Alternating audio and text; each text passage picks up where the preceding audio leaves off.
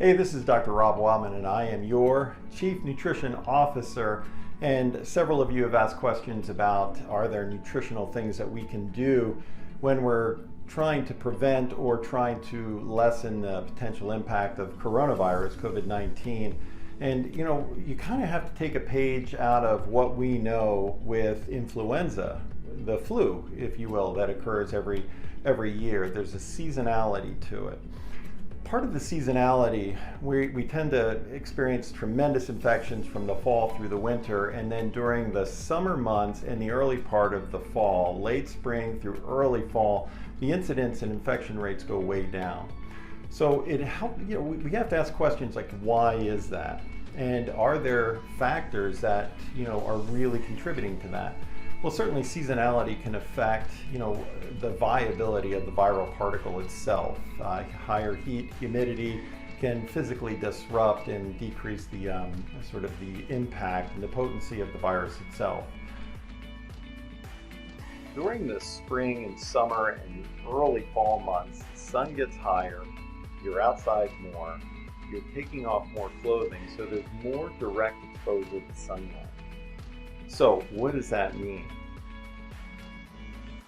Vitamin D is made in the body from sunlight. Okay, so here's where vitamin D gets really interesting. During those warmer months of the year, when the sun is higher in the sky, sunlight, ultraviolet B rays, can penetrate the deeper levels of the skin and convert a cholesterol-derived molecule into an inactive form of vitamin D. That vitamin D then circulates to the liver and then the kidneys and goes through additional steps of activation.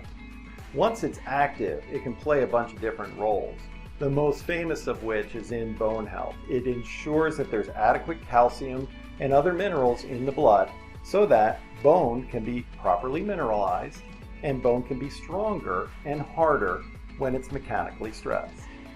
In addition, vitamin D plays key roles in circulation, as well as the endocrine system, hormones, and the immune system. And that's where it gets really interesting when it comes to the seasonality of influenza and other viruses, and a lower severity and incidence for individuals with better vitamin D status.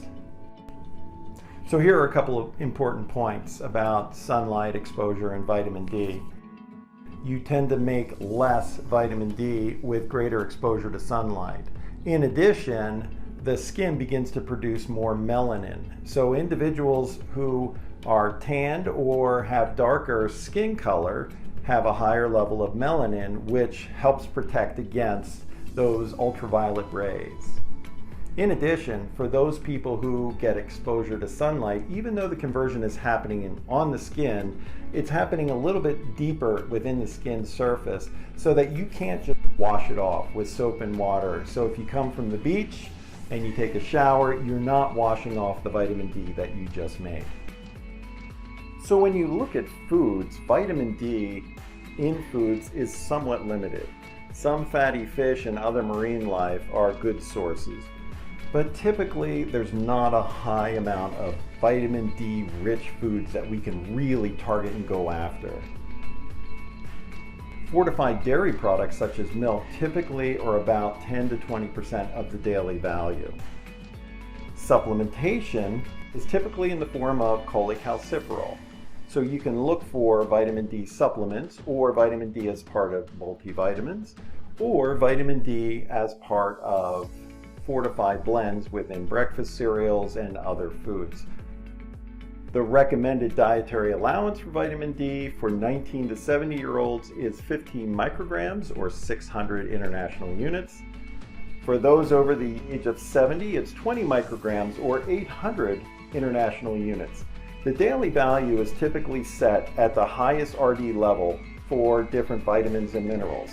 So 20 micrograms is the daily value because that's the highest RDA that is in the different age populations. One thing that's fantastic is in the new 2020 changes to the labels, vitamin D is now listed in the nutrition facts panel. So you'll always be able to find vitamin D levels in the nutrition facts panel on foods. So let's go ahead and wrap this up. What we're saying is that over the years, we've really become aware that more people who test positive for influenza and related viruses, as well as higher degree of symptomology, deaths, and so forth, tend to have lower vitamin D status in the blood. So there's a relationship between vitamin D intake and having a stronger, more optimized immune system to be better able to fight off the infection once they're exposed to it. So how do we get there? Certainly the diet can provide some vitamin D. Fortified milk and dairy products that are made from fortified milk can really help drive dietary levels of vitamin D. But it's not law in the United States that dairy products have to be fortified with vitamin D, so you have to look for it. Other food sources such as fattier fish, these can make contributions as well. Sunlight is an important contributor as well, and we'll talk about that just in a second. Supplementation recommendations, especially during high-risk periods, maybe 50 micrograms of vitamin D or 2,000 IUs for a generally healthy individual. Multivitamins tend to include about 10 micrograms of vitamin D, which is about 400 IUs. So when it comes to children, then maybe 15 to 25 micrograms of vitamin D per day. And again, this is in the form of cholecalciferol. Going back to sunlight exposure, because this helps reduce, this is associated with reduced risk and reduced incidence of flu. And we tend to see that, greater exposure tends to reduce the degree at which we convert cholesterol-derived molecules in the skin into vitamin D. Sunscreen can reduce this a little bit, but it's still not clear whether or not, children and even adults that use a lot of sunscreen really decrease the ability to produce and get better vitamin D status. So as it looks right now, utilize the sunscreen, create the protection that you need to help protect the skin, but also remember it's important just to get sunlight exposure. So we're going to stop right there. We covered a lot of ground. If you'd like to reach out to me, you can contact me on Instagram or Twitter at TheNutritionDoc or email at drrobwildman@outlook.com.